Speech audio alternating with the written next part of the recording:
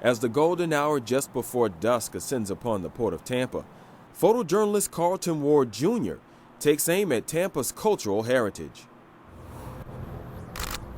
Rather than going out to try to find the most beautiful picture I can to impress people at my gallery or to have the best chance at being on the cover of the magazine, I'm looking for the pictures that are most likely going to make a difference.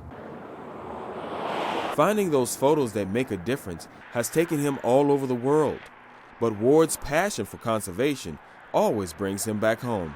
I want to show people that Tampa Bay is more than a geographic place or more than a region that connects Clearwater, Tampa, and St. Petersburg. It's more than some nationally known sports teams. It's first and foremost a bay. A portfolio of Ward's work is now a part of the city of Tampa's public art collection. It's entitled Tampa Bay Living Waters and celebrates the natural wonder of the original Tampa Bay. Back in January of 2009, this portfolio was digitally displayed during the city's illuminated arts festival, Lights on Tampa.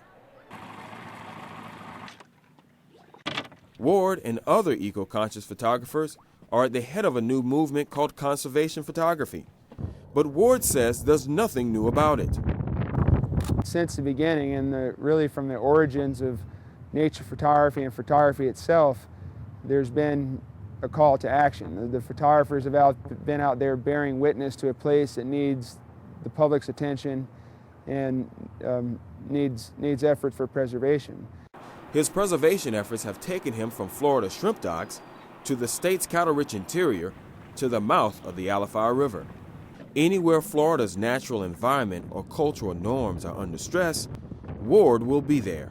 That's what drives me, and I meet people like the Versaggio family here, who's been enduring difficult times to keep shrimping going. These are people and cultures who have grown out of that landscape and are also protectors of that landscape.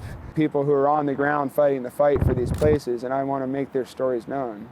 As a conservationist in a world full of slick digital images, Ward's success can be attributed to using the camera as a tool to capture the non-generic aspects of Florida. I've traveled the world pretty widely in my work. I've worked extensively in Africa, South America, Central America. I've visited Australia, New Zealand, the Pacific Islands, and Fiji and Bali, all these beautiful places. And you think back to Florida 500 years ago, and I imagine it was probably the most beautiful place on the planet. And there's nowhere else where you can have the combination of these upland communities and the water, and so much water surrounding us.